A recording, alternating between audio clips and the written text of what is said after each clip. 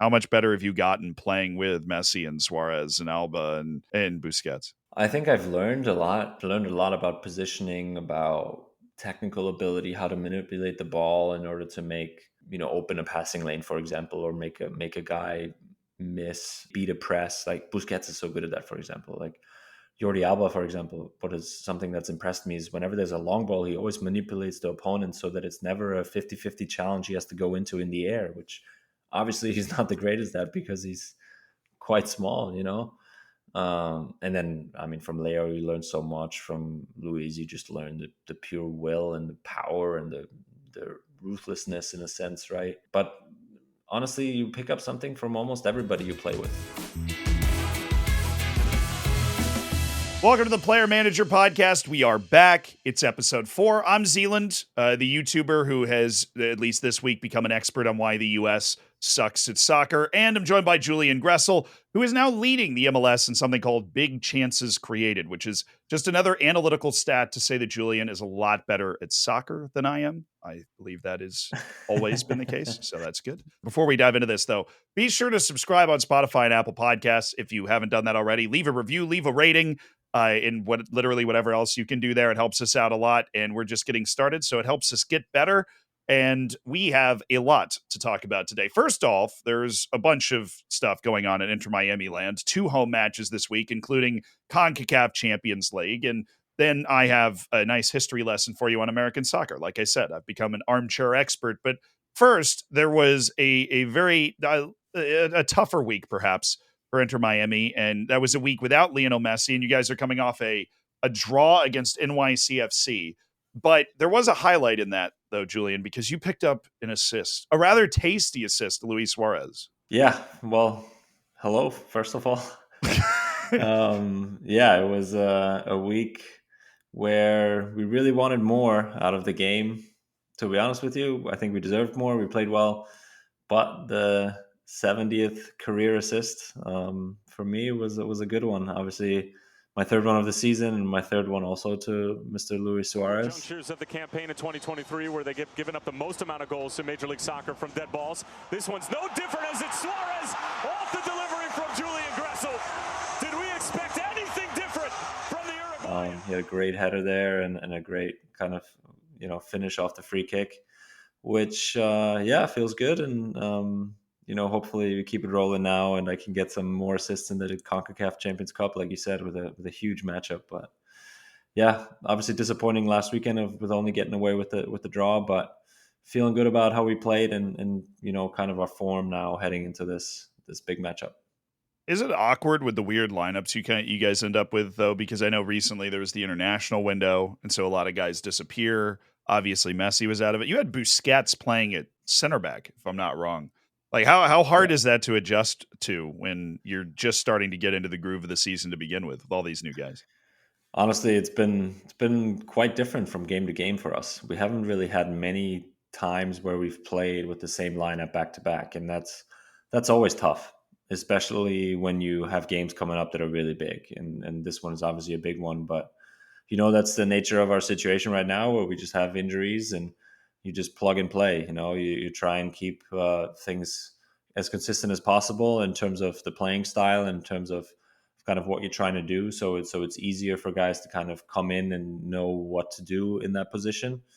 It certainly has its challenges, and we certainly got to talk things over a bit more in detail every time in training and in video sessions and all of that. So not too easy to deal with, but obviously, we're hoping that eventually we have everybody back and we can, draw from a full squad, and we can really make a push, because if we do, I feel like we have the best roster in MLS and one of the best in the continent. And that's obviously something that we don't want to look back on and say, oh man, these injuries, they really killed our season, or they really killed this run at the CONCACAF Champions League or whatever. So we really want to be in full strength in a sense. I don't want to make excuses, so we want to be obviously competitive, and hopefully now against Monterrey we can be, and we hopefully get some guys back, and Maybe even Leo will make an appearance in the first or the second leg. We'll see. But he's been training. I've been watching, and I've been seeing him around for sure, trying to get better and trying to get ready. I think he knows what's at stake too, and he knows that this is a big game. So certainly, he's got new boots, by the way. Oh man, Oh, those things are bright. Those things are bright when you'll oh, see 'em. okay. Can you spoil what color they are? Is that allowed in the? They're like neon orange, almost like Oh. orangish. Yeah, I don't I mean, I know. don't. Messi never struck me as a flashy guy. Was that a surprise when he broke those out for the first time? Do you have to put sunglasses on or something? I saw him in his locker for the first day. I was like, "Oof, those are something for sure." But yeah, I don't know how much input he has in the colorway because I mean, I guess they do Yeah. every 2-3 months they get a new pair, right? And so I don't know how much he gets asked about that. So he might No, just have to wear them. there's no way Lionel Messi doesn't have a say in the color of the boots. I feel like that's Yeah, something that he probably. like. Are you superstitious about that? Like, I feel like he would have some sort of like. I don't want to wear yellow. I don't know. I'm not a professional player. Maybe, but then how I've gotten to know Leo, he's very like kind of relaxed and kind of like not too demanding in a sense with those things. I feel like where he's kind of just like we've talked about before, where he's just a normal guy. Like in that sense, I feel like he's also like, yeah, sure, like whatever's best for the company. Like it's not my company, it's Adidas at the end of the day, right? But I feel like obviously special editions and special boots, if you really hated them, for example, I'm pretty sure they would makeshift a quick change to the mess. I mean, he has his own line, right? The Messi boot. So he would probably just say, hey, let's change it up a little bit. Why don't we make it blue white, like the original Argentinian colors, for example, you know? Yeah. I feel like it might be less of him making demands as much as all of Adidas is just trying to make sure Messi likes the shoes they're sending him in the first place. Like, please, Leo, please like this bright orange. Maybe Yeah. if he plays well in the bright orange, then it's good. Yeah, I mean, but again, Adidas has more than just Messi as players, right? Like you talk about, I don't know, up and coming guys like Jude Bellingham, who's wearing the new Predators, and guys like that who are obviously big for Adidas as well. So Messi has his own line, and everybody loves him. But again, I want to say that he's not that particular about it, and if he was, then he would be able to get the color he wanted, or not get the color. Yeah. Well, you know what I'm saying. I know, yeah. What you're saying is, if Leo Messi really wants a different color of shoe, I think somebody might be able to arrange that for him. But Yeah. on behalf of planet Earth, I suppose he's training again. So Leo Messi's going to be back soon. I know you're not his doctor, but I am not his doctor, no, but he's been wearing his boots on the training field, so I can tell you that much. He hasn't been too much part of the team. A couple instances where he's around, but mostly individually still only. But I don't want to spoil too much because who knows what it's going to look like. Today's Monday. Who knows what it's going to look like tomorrow on Tuesday, a day before the game, and then we roll into the game on Wednesday. Hopefully with him, but if not, then maybe on the weekend or maybe next week, midweek in Monterrey. So he's about to be back, hopefully. whether Messi's available or not, it is, of course, going to be a big week. Anytime it's Champions Cup, it's a big week. And you're playing against one of your former players, which is actually something I didn't think about until we sat down to talk about this, because Brandon Vasquez is not just one of your former, I say players, teammates, but he's also somebody that's like absolutely on fire right now for Monterrey in Mexico, U.S. national team pool striker and all that. How well do you know Brandon? Is it going to be weird to be playing him in like a continental competition too? Yeah, for sure. I mean, I know him pretty well. Obviously, we were teammates in Atlanta for a few years, and we've had a really good connection. He didn't play a ton, so but we were both, pretty new, obviously, to the team and pretty young players at the time. And he was, struggling a bit. So I tried to help him out and try to continue to give him confidence during that time. And obviously, then the change to Cincinnati happened for him, and he really took off. And we stayed in touch since. We've connected on a goal with the U.S. men's national team as well, where I hit a cross and he finished it off with a clinical header similar to the goal that we just scored here over the weekend with Suarez, just more of the run of play. But yeah, he's a good guy, and I'm excited to see him.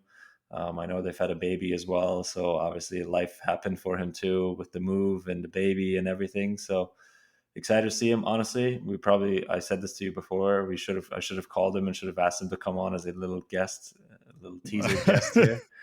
Never But too late to FaceTime him, you know. I know, I could. I don't know if what we he's have the doing right now. technology. Yeah.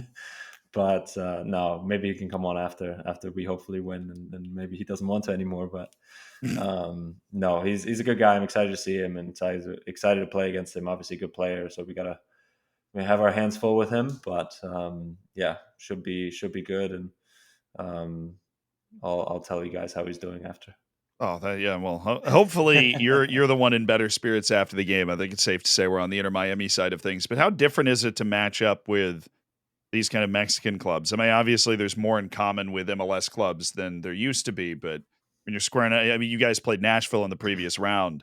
Now you're playing a team from a completely different league. What does that change, really? Oh, it changes a lot. I think it brings out, a little bit extra fire.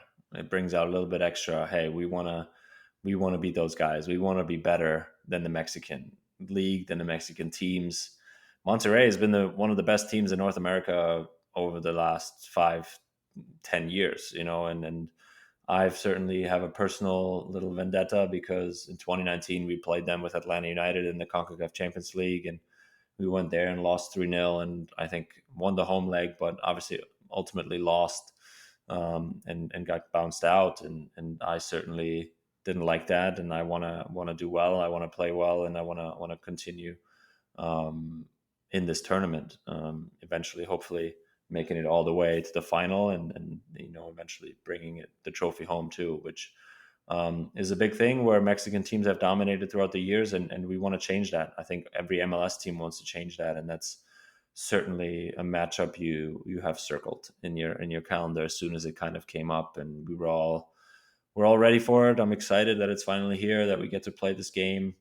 Started off at home, hopefully on a good foot, and against a really, really good team, a really, really good opponent. So this is the biggest game of the year so far for us, I'm sure, and I'm certainly looking forward to that. Well, and your inspirational leader seems to be in town as well. Now, I don't have excellent contacts, but it's not hard to find out what David Beckham's doing. And the moment I saw that he was in Miami, I just had to. Have you ever interacted with him? How involved is David Beckham with the team? Because he's such a face of the team, and he's been around Miami now. Yeah, so that was one of the questions I had when I first got here. I was like, how is he kind of just doing promo stuff, or what is it like, when he's around? And guys were like, no, he's around. He's there every time. And I think he came in Monday. I was laying on the physio table. I was getting some treatment, and I just on my phone, and I get a tap on my back or something, and I turn around, and it's David Beckham just standing right there. I shake his hand and say, hey, how's it going? How are you doing? He goes, hey, mate, how you doing? Just simple like that. And so that was when I saw him now. So this was a week ago, this past week. And for the first time I met him in Hong Kong, though, because that was kind of his portion of the preseason tour where he came and met the team. He was in the locker room when we got there for a training session. And yeah, we didn't really talk much. It was just like, hello, nice to meet you, type of thing. But then we played the game in Hong Kong, and I remember I had an unbelievable cross, like a first time out of a full sprint, right on the head of Leo Campana. How's that ball? Oh, Gressel finds Campana, who puts it over the bar. He applauds the service, though, from his new teammate. That's a joke of a ball by Julian Gressel. I mean, what hustle. And after I hit the cross, I was like, man, that was like David Beckham. And he just saw that. He just saw that cross. And funny enough, he came up to me after the game. He was like, that was one hell of a ball you played there. Oh, hell yeah. So that kind of made me feel really good. But yeah, that was kind of my first interaction with him, those couple things there in Hong Kong. But now, obviously, having another assist or another really good cross in front of him over the weekend where he was in town. It's obviously nice, to have to Oh God. kind of make him see that, and kind of, yeah, just be like, I can do what you did all those years as well, which is kind of cool. And yeah, I mean, in that instance, honestly, I meant to ask him actually about what did you see, what do you feel like, how do you approach those situations, how did you approach those situations, what do you look for, right, just to get better for me as a player too. Oh, of course. But on dead balls, like it was now, like a set piece, it was just something where I saw Luis Suarez on the front post. I saw him have a really good kind of gap where he can have a free run. So I just tried to play the ball in, and I tried to get him a free header, and ultimately I think he gave the player a little bit of a nudge. I don't think it was enough for a foul, and was totally free. And then he just knows where the goal is instinctively and just finishes the goal off. And yeah, that was that goal. Unfortunately, we couldn't connect there on the second one. Did you see that? At the present moment, it's Suarez. Ruiz lets it run through for Gressel. Has to reset, but delivers a beautiful ball for Suarez, and it's underneath the Uruguayan. I was gonna bring it up if you didn't, because that your assist was not the only excellent pass you played in this game. You were bending it like Beckham every time he's in your presence. I think we might be on to some sort of Disney movie thing where every time Beckham's close enough to you, you just get his powers. That would be nice. I mean, he needs to be there more often. Than I need to just kind of put my hand on his shoulder a little bit and just give me his energy. But what's interesting to me is, like, Luis Suarez is obviously one of the best strikers that's ever played. You gave him a fantastic ball, but the timing didn't quite work out. Do you feel comfortable enough to go up to Louis like, hey man, what were you doing there? Like, like that was a pretty good pass. In that moment or after that play, no, because I felt like he didn't stop his run, or he didn't really hesitate. He kind of expected the ball to come, but it just was just too far for him. Like I want to say maybe 5 years ago he gets there. That's tough. But at the same time, like, there was a moment, actually, I remember in a preseason game where there was a similar situation and he had completely stopped his run, and I played a similar ball, and so he didn't expect the ball to even get there. So now this was different, where now he expected the ball to come and the ball to arrive in that moment, where, okay, we're like getting on the same page. Those are the little things that I always talk about with getting on the same page with a striker, where, he doesn't make a run the first time I play it, but then the next time the situation comes, he makes the run. And in that moment, we couldn't quite connect because it was just a little bit too far, a little bit too hard of a ball, or whatever. But at least we kind of were on the same page, right? One of us didn't stop, one of us didn't hesitate. It was really about just the final, little bit of luck and a little bit of final execution in that moment. But that's kind of what, when I talk about building a relationship with a striker and in chemistry, those are the things I look for, right? And doesn't necessarily mean that I get 10 assists to him or continue to have every goal I assist be to him. No, but it's those moments where you get on the same page and you find a way to create, really. And as you said in the intro, I've been able to create big chances, whatever those chances are. That was a stat our producer Michael fed to me. That you big chances created. What do you make of that sort of analytic stuff, anyways? Like, how much is that used on your? If I'm first in anything, I'll use it. That's if you ain't first, you're last. We could live with that. But that is something I feel like people that watch the game as fans overlook all the time, because there's always this concept of you make a new signing and there's going to be this kind of immediate impact. And some people understand that it's, it's going to take time to gel. But I feel like very few people actually think about what is actually happening in that taking some time to gel, where it's Luis Suarez knew you were going to play that pass. He just didn't quite realize it fast enough, or you didn't know exactly where to put it. In I imagine 3 months from now, that's probably a goal, because you guys will know what's happening just a little bit more. That sort of thing's always interesting to me, because everybody goes in and is like, well, why does this guy not have goals and assists? And it's like, well, he's still learning, where Julian's perfect cross is going to be, and he's gonna get those goals at some point.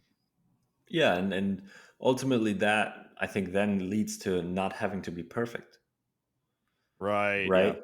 because you get on the same page where, like, I don't need to pinpoint the ball right on his foot or on his head for him to score a goal. He will know where the ball will come into a general area in whatever situation that is, and then he will able to adjust kind of his run either to the back post or the front post, for example, behind the defender, in front of the defender, those types of things. And then he can, for example, I hit a cross to the front post. It doesn't necessarily like mean that I have to be perfect on the head or on the, like, it can be on the head, on the foot, or on the knee. As long as he's making the run and beating his defender to that spot, that's his job to then kind of finish it off, right? That's why he's finishing the plays. He's scoring the goals, and he can then score with the foot or the head. Obviously, in certain instances, it's better to be heading the ball and than on the ground, but that's kind of what I'm talking about, right? And it doesn't need to be perfect at the end of the day if you are on the same page, and that's what will just take time and will come. Like, creates a bigger margin for error, I guess would be. I'd never thought about that until you just said it, but that makes complete sense. But is impressive as those crosses were, and obviously you guys getting in sync. When you've got David Beckham around, you're going to be doing that a lot more. Is he already gone again? Like, does he just kind of pop in and pop out, and he's one of the guys when he's around, and then he just disappears again? Or yeah, he kind of just shows up for training whenever he feels like it, I feel like. But I think he's in town. He's not actually training though. He's not. No, playing he with the team. was he was just on the side. Yeah, he's just hanging out. He's enjoying his time, I think, as part of the team, part of the club, obviously, that he's helped build, and a little bit of alone time and, time in peace and quiet on the soccer field, I think is always nice. So he's doing that at times, and I think he said that he was in town for a few weeks because of the Easter holiday back in England, where schools are off. So they decided to come to Miami for a few weeks as a family. Well, that's nice. Oh, that actually reminds me. There was one instance. Oh my gosh, you're gonna laugh. What happened to David Beckham? Okay. At the game. Oh my Lord. So we talked about the makeshift lineup a little bit, right? And Ryan Saylor, he's played the first game. Unbelievable game he played, by the way. Really, really good game. Solid. No mistakes. Really, really, really, really good game from him. But in the first half, like 15 minutes in, maybe, he had like a clearance, and it went out of bounds. It was, a clearance he had to make. And in Miami, the suites are literally 3 yards away from the field, right? So, that's where all David the Beckham stars are. sits on the sideline, right? And I'm guessing it was Victoria Beckham was right next to him. So Ryan Saylor clears the ball, and it heads right towards their suite. And oh no, I kid you not, but I think if David didn't react and didn't try and catch the ball, it would have hit Victoria Beckham right in the face. And like, just imagine that you play for the first time, first minutes for the club, you're nervous, probably starting, and then you clear a ball, obviously not thinking about whoever sits outside or where you clear the ball to because you just played the game. But then you clear a ball, and it is about to hit Victoria Beckham right in the face. Oh, if it wasn't for David, it would have been bad. Oh, there's layers to that. There's one, you're playing like your first game, and you almost accidentally hit your boss's wife in the face. But then it's also David Beckham's wife, who is also a Spice Girl, right? And there's just like, how bad could we possibly make this? But hey, sounds like David saved the day, though. Shout out. He did. He could have maybe been a goalie eventually at some point as well. I feel like he caught it clean too. I would love to see if there's any footage of that at all. And I can imagine, as much as Ryan Saylor is probably super into the game at that point, that probably brought him all the way back out of the game. I mean, if you saw it, he definitely saw it, and his heart skipped 3 beats. He's like, "Oh, that's the last match I ever played for Inter Miami." Okay. I just remember that actually, and I didn't even think about that before now. So I'm going to bring it up to him tomorrow. I'll ask him. Him if he saw it. Hey, do you know how close you were to getting just released after the game? It's just to be fair, his performance was really good. So if he had gotten released after that game, I would have been like, "What is going on here?" Look, I feel very sorry for Victoria, but also great performance. You know what? I would have I would have invited David Beckham onto this podcast if he had released Ryan Saylor from that instance. But maybe we can Oh, get him anyway at some point over the next months or so, hopefully. But I mean, did you see Leo? Leo was on a podcast. if my first thought was, wow, I feel like we've been outflanked. We were the podcast that was talking about all things Inter Miami, and all of a sudden Leo Messi is getting himself onto podcast. What is this all about? What? I mean, it was fun though. He was talking about American sports, I think, right? Yeah, honestly, I haven't listened to it. I got to find it. I'm guessing it was in Spanish. Oh, it has to be. If it was in English, the Yes. internet would have Yeah, that's true. gone Yeah, true. down for days, considering what happened the last time you even mentioned Leo speaking English, right? Yeah, true. But the podcast was in Spanish, but he talked about how he was learning a lot about about NFL and about different American sports. You ever talk to him about that? Is that something you've even seen? Is in it, I don't know, March Madness on TV in the dressing room or something? No, but basketball is usually on. They usually have some sort of sports channel on where there's basketball highlights from the NBA, those types of things. But the NFL, no. I know he mentioned he's learning a lot about the NFL, right? So he couldn't, or he didn't participate in our March Madness brackets. Unfortunately, we couldn't get him to do it, which I might win, by the way, if UConn wins the tournament. Oh, well, that just means that's just a side note. Yeah, this might age horribly, but that means you're just going to win the whole tournament. Yeah, if you UConn, they're way too good. And congratulations then on winning your bracket pool. Thanks. How many players are in that bracket pool? Just like 14 or 15, mostly young guys, Americans, some staffers.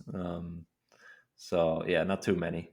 But I'll take it. A win's a win. Hey, Hopefully. no, Hopefully. I heard it was a few hundred, and I heard you had There you picked a go. perfect bracket. That's what I heard. But were you able to convince any of Busquets or Luis Suarez or Lionel Messi to play March Madness? Unfortunately not. No, they didn't really know what it was about, Mm. to be honest. But maybe since Leo's learning a lot about the NFL, maybe, once September, August rolls around, we can invite him onto our NFL fantasy football league. That would be something. Imagine Ooh. Leo Messi participating in our fantasy football league. What do you think his team name would be? Oh man, something. I don't know. Something probably Argentinian related.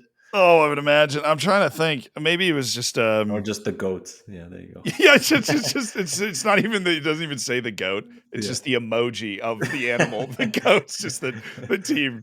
You're coming up against it with some stupid name riffing off of some guy in the NFL. I don't know. I I don't know always if I would play my full lineup against him. Oh, well, you're telling me you would throw your I don't fantasy know. football game against Leo Messi?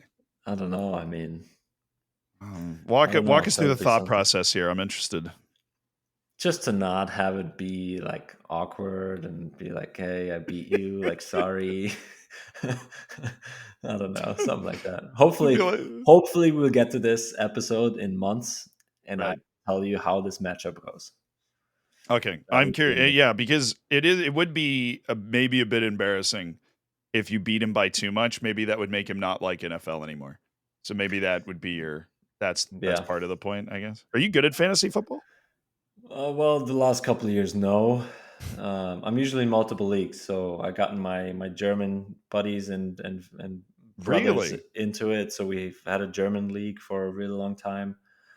And then I got one with my college buddies, which I actually won last year. And then with usually every team I'm on has one. So Oh, I've been obviously through a lot of teams over the last year. So Yeah. I've bounced around a bit, but the Columbus Crew one I was on, and I'm pretty sure I was last or second to last. So that one wasn't great.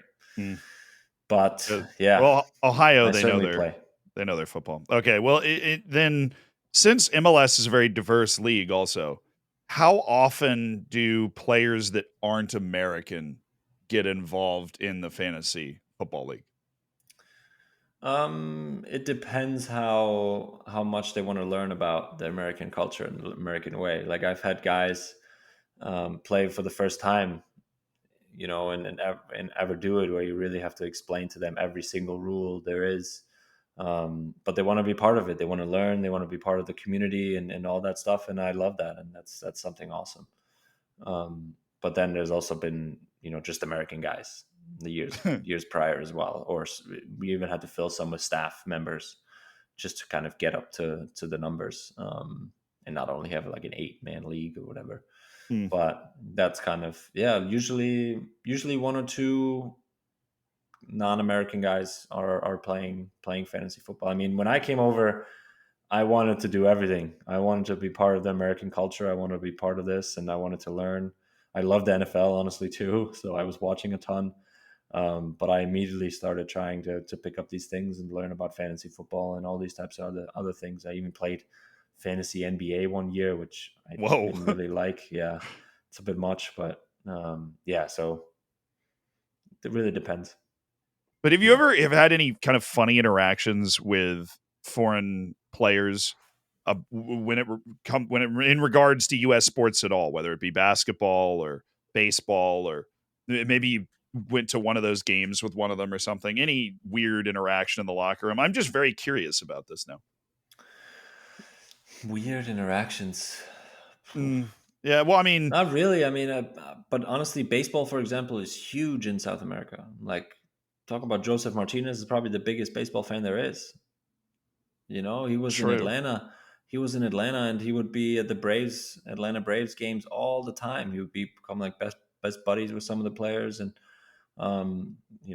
if there was another Venezuelan, for example, on the team, like he would have box seats and sit right behind home plate, like super into it, and that's, I think, obviously is quite big.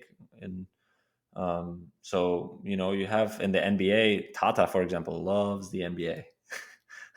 Really? Tata Martino, former Mexican national team coach, who, while he was the Mexican national team coach, I did not like him at all. He is an NBA fan.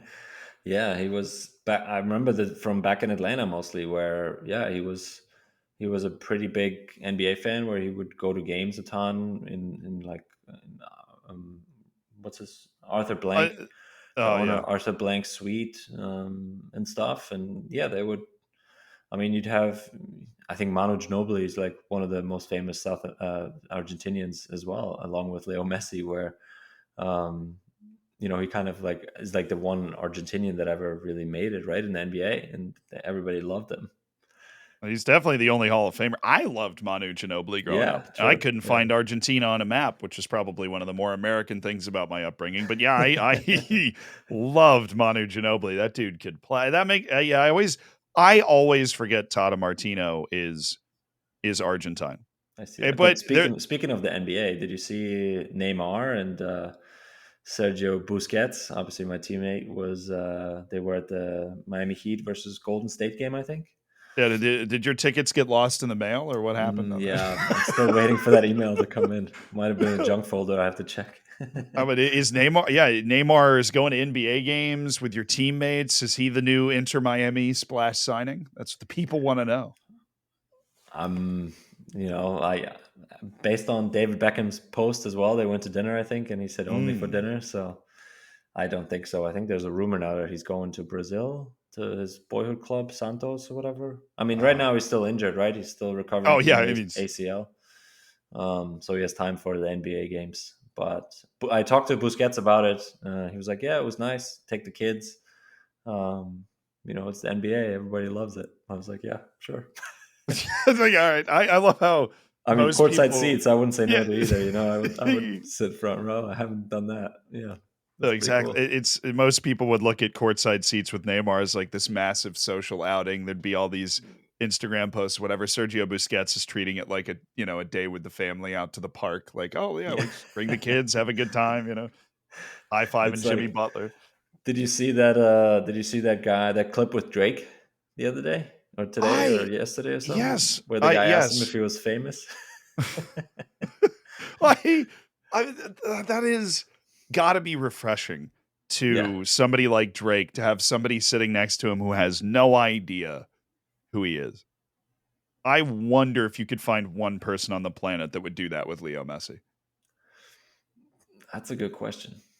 That's a really good question. There was the video right when he first moved to Florida where he went to a Publix, which I know I'm a native Floridian, born and raised in the swamps, and now you live in Florida. You've been introduced, I'm assuming, to the greatness that is Publix.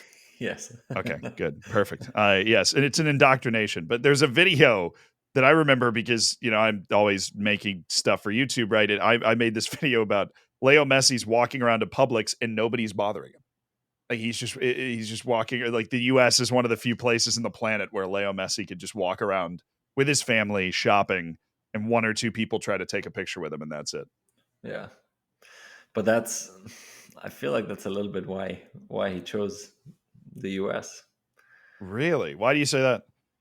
Well, I've heard not from Leo, but from other players like Bastian Schweinsteiger, for example. Right, lived in Chicago.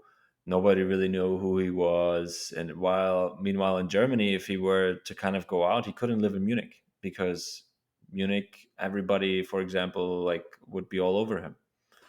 He couldn't go out in public, couldn't live there. Yeah, maybe not as crazy, but in Chicago, he could do whatever he wanted, really. Yeah. I live mean, a to be normal honest, life in a way, right? And I feel like that's obviously Leo will never have a normal life, right? I think we all know that. And even going to Publix, he was clearly recognized, and then I think he left and sat in the car or something after a few minutes because everybody kind of caught on. But yeah. yeah, it's really that, I think, right? Where if Busquets, for example, goes out, or Jordi Alba goes out, like maybe a few people will recognize him, and some of them might be too shy to really go up to him and say something, honestly. So it's really, I think, that about just trying to live a normal life away from the constant spotlight, the constant paparazzi and all these things, especially for the family. I can just see that getting exhausting. I mean, I have to imagine. I every time I hear stories about really, really famous people. We've obviously talked about it on this podcast when it happens to Leo Messi, or like me being like at the Mr. Beast burger opening and watching how he had to deal with that, and how there's a scary, scary side to it.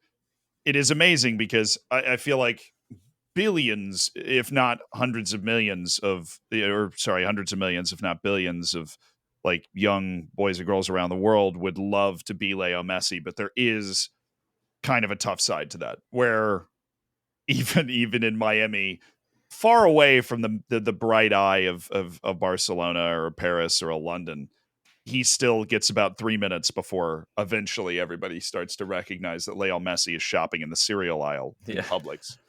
And then you have to go sit in the car. It's got to be lonely. I think Michael Jordan talked about that, where it is lonely. Like he would just, when they were on road trips, he would just sit in the hotel room and have his kind of aides bring him everything, because if he left, it was just this whole big deal and he just didn't want to deal with it. Yeah. And honestly, I don't envy that at all. I'm happy that I can leave. If we go on away trips, I can go get a coffee. I can go to a CVS and buy myself a whatever drink, a sports drink or whatever, and just kind of like be a normal person in a sense, right? And yeah, I get hey, you play for Inter Miami, can I get a picture or whatever? I asked some people of who I am, like just like test them to see if they know me, but some don't, some do. But at the same time, yeah, I don't really like. It's. I'm sure it's a tough life at times, So I don't envy that side of it at all. And I'm sure they would change it at times as well if they could. Yeah, that makes sense. But then again, having won a World Cup for your country also sounds pretty cool. So hey, there's so many positives to all that too. So it's a two-way street for sure. But in a weird way, yeah, in a weird way, I feel like the respite for him is hanging out with you guys, being in the locker room and it being normal, and him not having, to the nth degree, not having to deal with, like, he's surrounded by peers. He's not having to deal with the paparazzi or anything. Yeah, and I think that's for sure. That's a big part of it. Why, I see him smile a lot. I see him really joyful. I see him enjoy it a lot. So I can't, he's hanging out with his friends, and those are his teammates as well. He gets to do what he loves, which is play soccer, and, then gets to compete. I think that's ultimately also the thrill, right? And what he wants, or what people like that want, is the competition. I mean, I want the competition. I want to compete. I want to win. I want to, test myself against the better players than me, play together with them, like whatever it is.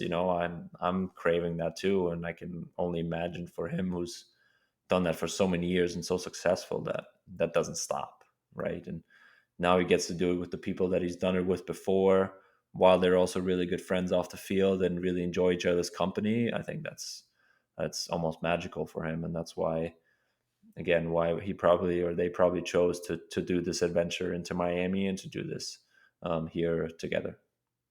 And they all came to play with Julian Gressel. Is Yep, the way that's that's I'm the the way connector of it all. I connect everybody.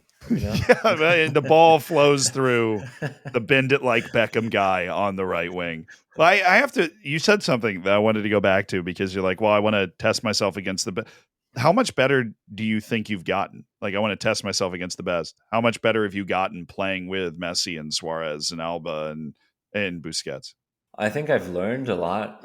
I've learned a lot about positioning, about technical ability, how to manipulate the ball in order to make, open a passing lane, for example, or make a guy miss, or not, or beat a press. Like Busquets is so good at that, for example. Like Jordi Alba, for example, what is something that's impressed me is whenever there's a long ball, he always manipulates the opponent so that it's never a 50-50 challenge he has to go into in the air, which obviously he's not the greatest at because he's quite small. And then, I mean, from Leo, you learn so much. From Luis, you just learn the pure will and the power and the ruthlessness, in a sense, right? But honestly, you pick up something from almost everybody you play with, and that's something really, really cool when you go through a lot of different really, really high quality teammates, right? And where throughout my career, I feel like I've picked up something from everybody, and you just got to be aware of it, and you can't just go through the locker rooms with your blinds on, right, and be like, no, I made it, I'm Julian Gressel, I'm the best. Not at all. Like, you always got to evolve, and you got to find ways to get better, and doing what others do, or learning from others, I think, is a really good way, because it's something that you can implement in a way of looking at if it works for you. And if it doesn't work for you, then you can also say, okay, that's just not me. I mean, I'm sure that's the same in your world, right? Where maybe you see YouTube videos, or you see guys create something that you're like, oh, that could be cool. Maybe I can put my little twist on it, or my spin on it. Or have you not? Oh, that's I think that what's wild is I never thought about transferring this philosophy to real life. I've just kept it in YouTube, but you're basically talking about the exact same thing that I think a lot of people that make YouTube videos or stream or whatever do. And it's something that this big YouTuber named Ludwig calls the yoink and twist, where you'll see a great idea. Like, you'll see Luis Suarez's will, basically. You Yeah. can't do that exactly. In the YouTube space, you can't do that exactly, because you'll just be copying them, right? If Mr. Beast makes a video that says like, I don't know, if you last to leave the circle, you win $100,000 or whatever. Then I can't make that video, because I'm not going to do it as well as him. But what I can do is I can take that video and twist it. And this is what you see a lot of like soccer content creators do, whether it be somebody like Chris MD, who's very popular in England, or the Sidemen. They do stuff like this. Well, they'll take that idea and they twist it, where they go, last to miss a penalty wins $100,000. Like, and then you know, it's the same idea, but it's your own thing. Like, you're never going to have, right. Nobody ever born on planet Earth has Leo Messi's ability to control the ball, but you can still yoink that and be like, that one movie did was sick. I'm going to try and turn it into this that I'm going to do. But what's wild to me is that is something that I really consciously do with YouTube videos like this. Why the US sucks at soccer. I stole that from myself. Actually, I made a video 2 years ago, and it came out and it flopped. And I don't know if anybody listening to this will remember this at all. But the video, I call it a flop, right? The video came out and it was like, why India's never made a World Cup or something. And I remember I was at Taunton, which is this team I was managing on Football Manager, and they were in the 6th tier of England, and they had invited me to visit. So I was filming a bunch of content, like I was interviewing their manager and all this stuff at Taunton that day when the video came out. So I just remember opening my phone, and this is a feeling you can probably relate to when you get some sort of like you find out you're not starting or something. I'd imagine would be a similar feeling. But I basically pick up my phone and you see this thing on the YouTube app that just says 10 out of 10. Like out of your last 10 videos, this is literally the worst performing video you've released. Like it is bottom. There's a bunch of downward arrows on it. You're like, oh, my life is over. I'm never, it's never, the good times are done. It's never going to be okay again.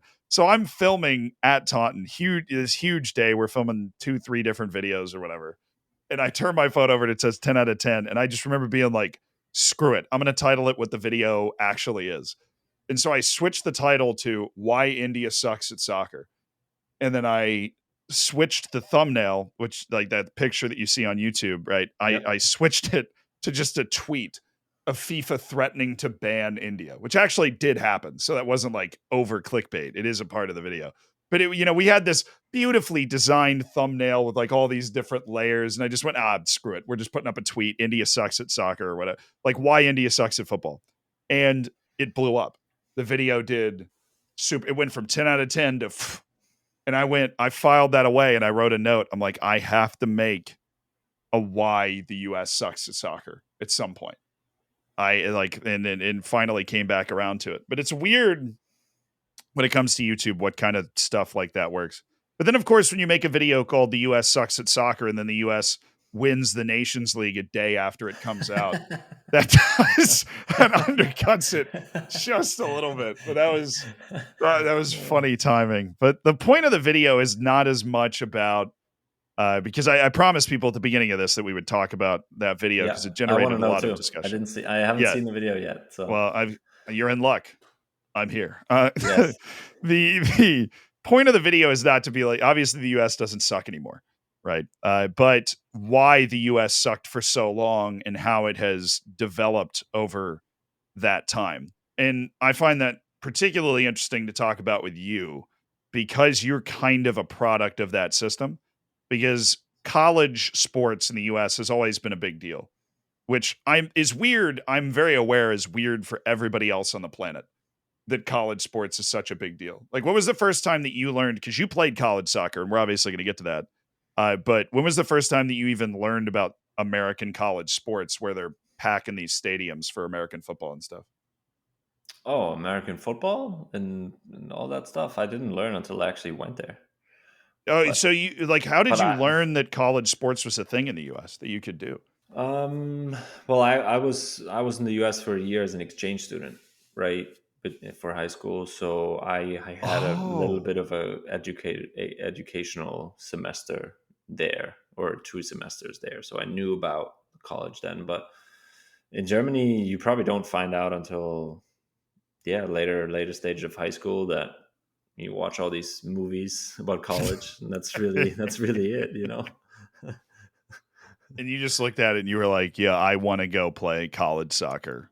Yeah, but then I went to Providence College, so it wasn't really about obviously the stuff you saw in the movies, right? It was about other things where what you talk about, I'm guessing in that video as well, is how back then there's a good chance of kind of still having a lot of talent and amateur level, right? Players play at a decent level that could develop talent, right? And that's kind of why I came to college, to develop still my soccer game while at the same time going to school and being prepared for life if my dream didn't work out. No, it's the college soccer is a weird, incredibly sharp double-edged sword for the US. It runs a thread through the whole video. Obviously, I start in the 1840s. I'm not going to take you on that whole tour, but I promise the video's got good pacing. I hope. But the college soccer thing, one, is the reason the U.S. women are so good.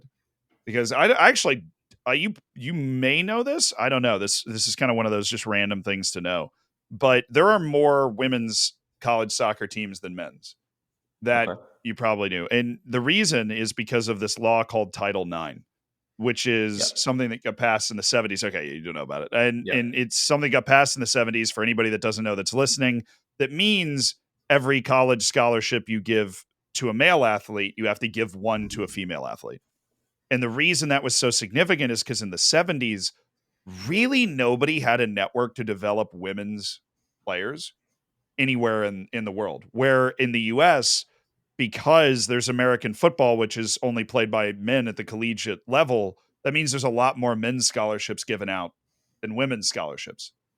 And the product of that is that a bunch of universities and colleges created women's soccer teams because it's a pretty big team. The facilities are not huge. You need a field with, the lines and the goal. And then you have the facilities in order to have the team.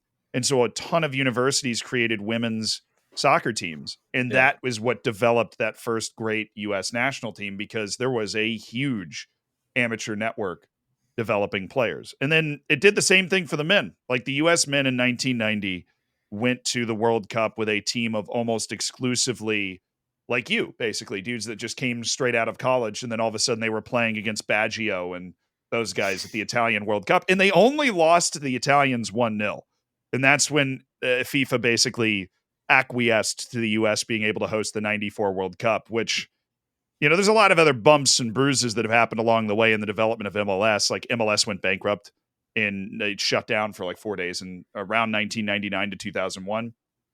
And then survived that because one dude basically bought all of the teams in the league. Like, there's a lot of crazy parts of Yeah. the story, Yeah.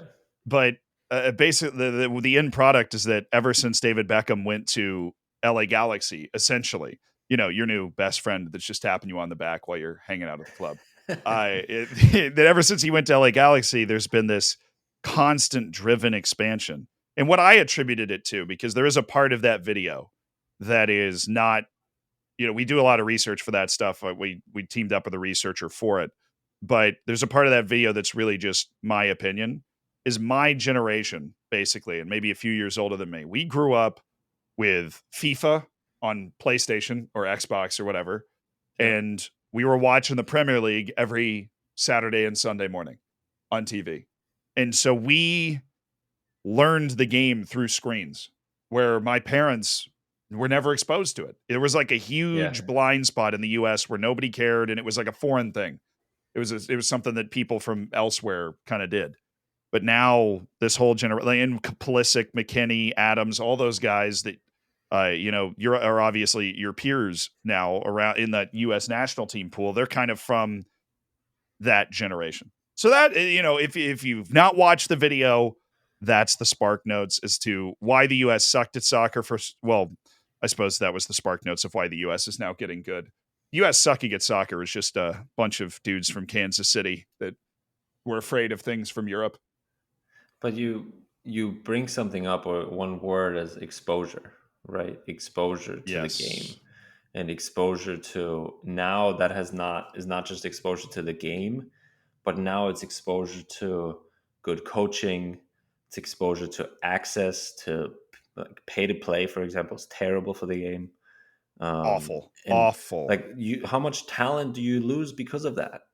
Well, I mean, Like, it's impossible incredible. to imagine. Yeah, like, you do look at Germany or England or whatever. There's obviously, the game is more rooted in history, and you grew up with a soccer ball in your hand. Like, that's what everybody's, or what every dad's dream is, that you become a professional soccer player. Like, obviously, but and here, obviously, there's other sports to still compete with, but at the same time, it's how, like, if you can't have access to the game, or you can't go and play, how are you supposed to know that if you're really good, or if you could make it, and exposure in that sense is so big and so huge, where back then, I guess, it evolved from just exposure to seeing it, right? And knowing that it exists around the world, to now it's exposure to, okay, we know we're good, but now it's exposure to playing, to actually developing, to actually getting better, and using the talent that you've been given, or that you may have, to really, advance and really get better. So I think that's probably a key word there, if you want to obviously take it to the next level. But I think that I didn't touch on the double-edged part of the sword of college soccer, but that's the other side of it, is that Yeah. now Yeah. that there are millions and millions of people interested in the sport. It's the fourth most popular sport in the US now, which, even though that sounds small, there's like 340 million people here. That's a lot of people that really Yeah. like soccer. Now that you've won the battle of at least getting the US interested in paying attention to soccer, the college soccer experience causes a problem because development can't work the same way it works in the rest of the world. Like, I'll give you an example. If you're listening to this and you're not from the US, this isn't going to make any sense. But I played soccer growing up. Obviously, that's how you end up here. And the club I played for ended at U18, right? Yeah. Where everywhere else in the world, Yeah. those clubs, even if it's like an amateur top senior team, there's a senior team to go to. But you talked about pay for play. The reason it's pay for play is because youth sports for soccer is working like youth sports for every other sport, baseball or whatever, where it's just kind of a before college club that you play for, and you play with the same kids. And then once everybody gets out of U18, you just go to school or you get a job. Like, those are the two things you did. And we were bouncing, because we go over like what we're going to talk about before. So we were bouncing around this before we started the podcast, but I played for the sixth best high school team in the country, actually. And I was not the reason for that. I was the backup goalkeeper. I was along for the ride, having a fantastic time in the back of the bus. But there were some very, very talented guys on that team, right? Because we're sixth in the country. We went to the state championship in Florida. We actually lost. It was an absolute heartbreaker, but I did make one save because the starting goalkeeper got sent out of the game. So that was fun. I did play on TV, and my mom was so proud. But the point is, thank you. The point is that only one guy from that team went pro, and at any level. And the vast majority of them never played soccer again after that high school team. They didn't even play in college, right? Because it is, I'm sure, familiar with the scouting and the talent identification in college. While it is good, the US is huge, and there's a ton of and there's a lot of these gaps, and there's not an understanding in the players themselves that, like, hey, if you're on this really good high school team, there is a whole world of leagues. Like, I think the Brazilian culture in football does this really well, where you see there's one Brazilian in every league in the world. Like, they are just they are raised with an awareness of, if you are good enough, you can make a career out of this. You can travel the world. You can. In the US, that doesn't exist yet. Yeah. And so all of these guys that I played with, and I know how good they were. And then I just watched them go to college, and now they're like car salesmen, and then that's in which they seem to be having a good life. They seem happy, but that is also, if you're talking about the biggest issue moving forward for US soccer, a big problem that those guys didn't even at least try to make it to some level. Yeah, no, for sure. But I think MLS obviously has done a pretty good job of developing academies and developing those systems that maybe were lacking a few years ago. And now with MLS Next Pro, like you're saying, the arrow is pointing more and more, or the path is pointing more and more away from college soccer, right? Yeah, and as which as I sad love as it college. sounds, Yeah, I love love it too. college soccer. Yeah, I love it too, because it's made me, it's kind of made my career, and it set me up to be so successful now. Whereas sometimes I look at young guys now, even, and they sign now these homegrown contracts with 16 years old, 17 years old, and they still live at home with their parents, and right at the time where they would go to college and really get thrown in the deep end a little bit and experience life, and now they all of a sudden make close to 100 grand. And I mean, this is low salary compared to other sports, obviously, in the US, but that's the minimum salary I think here is, I think around 80 or something. And they make that money still living at home. So they're saving money in that sense, while still getting home cooked meals from mom and getting their laundry washed and all these things. And I'm just thinking, some of these kids, they don't play right away. They're not Kevin Sullivan or whoever's coming up right away, who's signing these contracts for Man City or whatever. They're not getting to break through into an MLS team right away. So why not go and have a year or two in college? Doesn't mean you have to go all 4 years and finish a degree or whatever, but it's so good for you, in my opinion, to step out of your comfort zone and really go somewhere where you get good level of coaching. Because if you go to a really top level school now, you have really good coaches, and you have really good experiences, and you can still develop as a player and all these types of things, while at the same time being away from home and maturing a little bit. And then you come back a different human. You come back almost an adult, and that helps you so much on the field and how you develop in your career. While here they may play second team, they may play first team, a little bit of training, they bounce around, they don't have any consistency of playing. It's a tough way to start your career in that sense. And that's why obviously MLS Next Pro helps, right? And where young guys, they can develop those. But at the same time, I'm like, man, I really wish some of these kids would just take a year and just go. Yeah, I look. I'm a big proponent. Obviously, you jumped into the deep end by coming all the way over to the U.S. and going into college soccer. Everybody's different. I'm the perfect example for that. I needed the extra time, for example, to develop. You can't tell me that when I was 15, I was told, "Hey, you're not good enough to make it," and here I am. So, that coach is mortified now. Yeah, whoever told me that. Yeah, no, it's true, and then later on at 21, I turned pro. There's just late bloomers. There's guys that like Kevin Sullivan who are just unbelievable from the start, like Leo Messi, obviously, kids like that. And it's just everybody's different, and everybody to capture that talent is so hard. But the US sucked at it, I'm sure, as you explained in the video.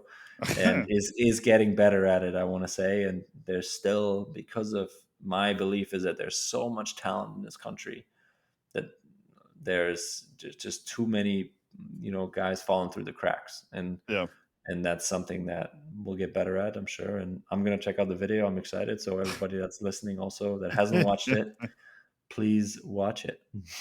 Yeah, no, it is a lot of fun, and you get to learn about the 1950 U.S. team that beat England at its first ever World Cup, which is fantastic info. Yeah, you're a historian. I'm not that big of a historian. So. I could talk to you about history all day long, but I didn't know any of the U.S. soccer history, so that stuff is all interesting in the video. If you're wondering who Kevin Sullivan is, by the way, Manchester City scouts just said that he was the best 14-year-old in the world. And at the age of 14, he has already signed a contract from Philadelphia Union to Man City to move when he's 18. I did want to congratulate you on one thing, Julian.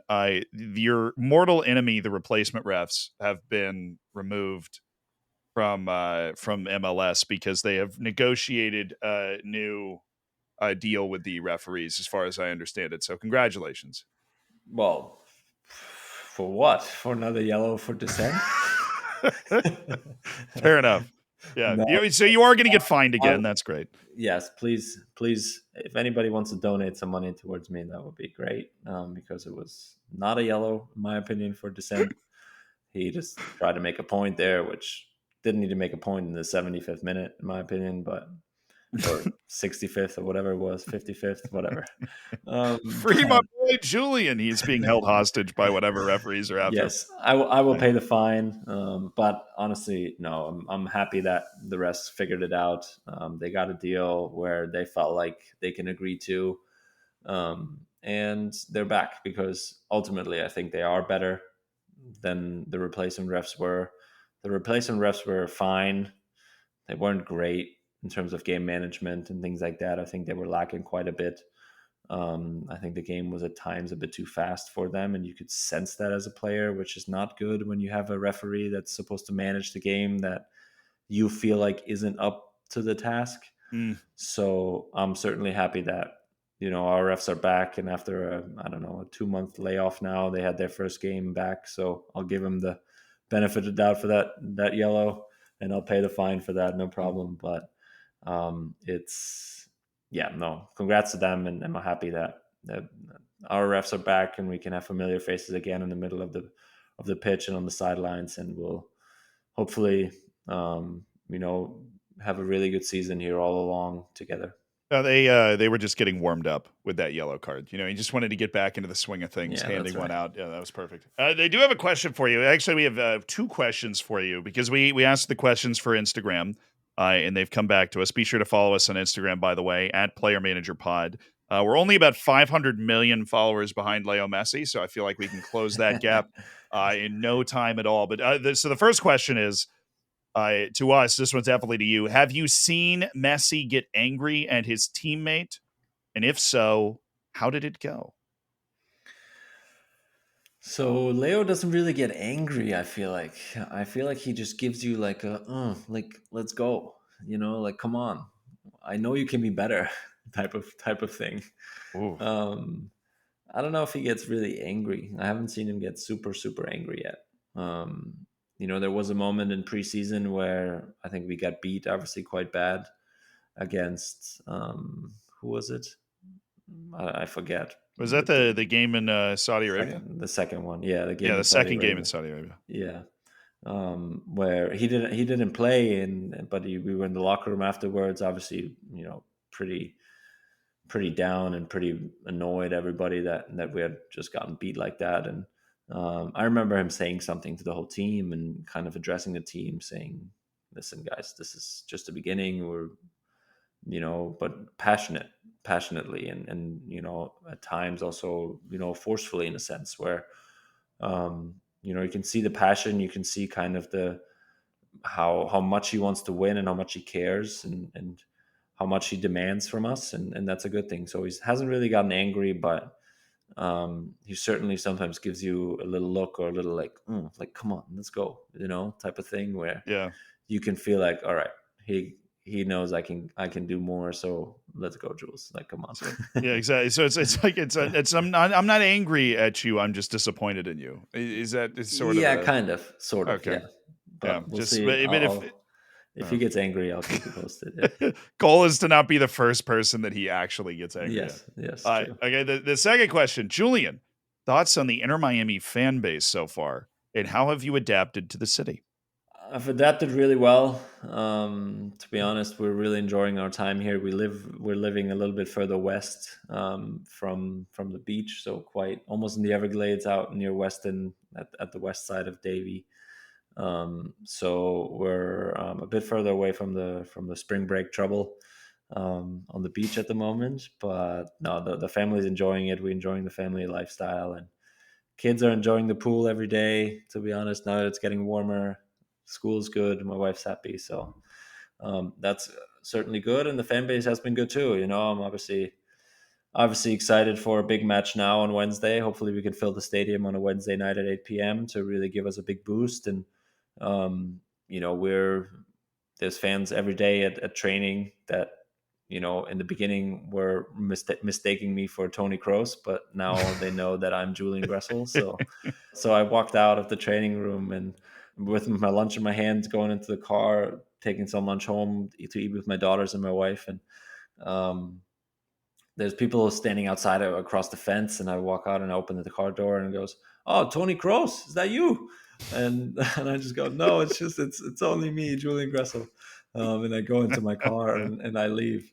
But now nobody's saying that anymore.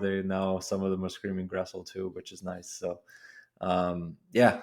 It's normal. You have to make a name for yourself on the field, and you have to kind of find a way to make people remember you as well. And I'm trying to do that every game, every time I step on the field. So obviously thankful for all the people's support, and let's go get a big result here on Wednesday, and then hopefully push on. You get a few more assists like you did this past week, and you might start seeing some Gressel tattoos or something in the stands. People are going to be very excited. That's it for us this week. Good luck to Julian, obviously, in the 2 games coming this week. We'll be following along. Please subscribe or follow everywhere that you get your podcasts, and follow us again on Instagram and TikTok at Player Manager Pod. Thank you guys for joining us today. We'll see you next week. See you guys.